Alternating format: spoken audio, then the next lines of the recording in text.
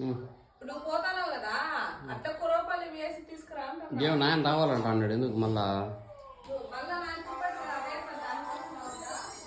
రాని తీసేసిపోతాడు. చికెన్ తినేసిపోతాడు నాయన.